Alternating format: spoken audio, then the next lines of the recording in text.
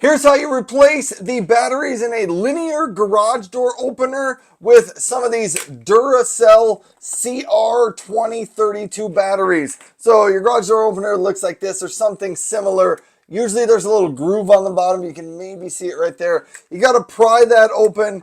Sometimes you can put a coin in there. I'm going to use a flathead screwdriver and see if I can just get that to work. Twist that a little bit. You'll notice it's starting to open up that garage door opener. I'm going to kind of bring my fingernails around the outside to open that up. Now I'm going to set the top over there. Here is what it looks like right now, and you'll see there are two batteries in there. We are going to replace both of those. So here's how I'm going to do first. You can actually lift out that whole little, I don't know what it's called, circuit board, little board there. I'm going to try to pull out those two batteries. Pull that one out. Set it to the side. Those are the old batteries. Remember, that's how they go in. A little bit like that. And it tells you on top of the battery what size and type of batteries are. These say they are CR2032. So I'm going to set those to the side. Then I'm going to go to my Duracells over here and I'm going to open these up. I'm going to take two Duracell batteries out. And I'm going to replace those two, and then hopefully my garage door opener will be working again because it had run out of power and it was no longer opening my garage door. All right, so I got these two batteries out. Let's punch them out of the case.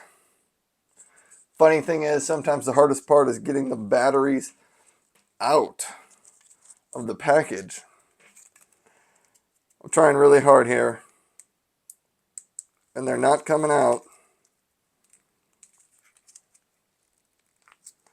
All right. I tore that side. So I'm going to get this battery out. Then I'm going to have to figure out how to get the other one out. Wow. That was way more challenging than I thought it should have been. Maybe if I use my screwdriver, that's not going to work either. All right. Well, I think you're probably going to need a scissors to get these out. And I don't know. Hold on, I'll be right back. I don't have a scissors in my office, but I do have a little box cutter, and we'll see if that did the trick. Sorry, the hardest part of this whole video was getting the batteries out of the package. Duracell. Maybe make your batteries a little bit easier to get out of the package. Anyhow, now we're getting back to this. We're going to put the two batteries in there. There's the top. There is the bottom. You want the bottom down, and we're just going to kind of slide it in there. Then take the other battery right here. Slide that one right in there. Then we're going to come back over here. We're going to put it on this.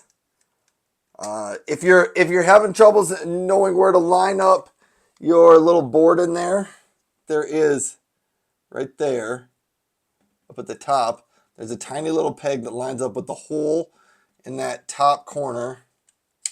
You put it in there, and then you can see right there.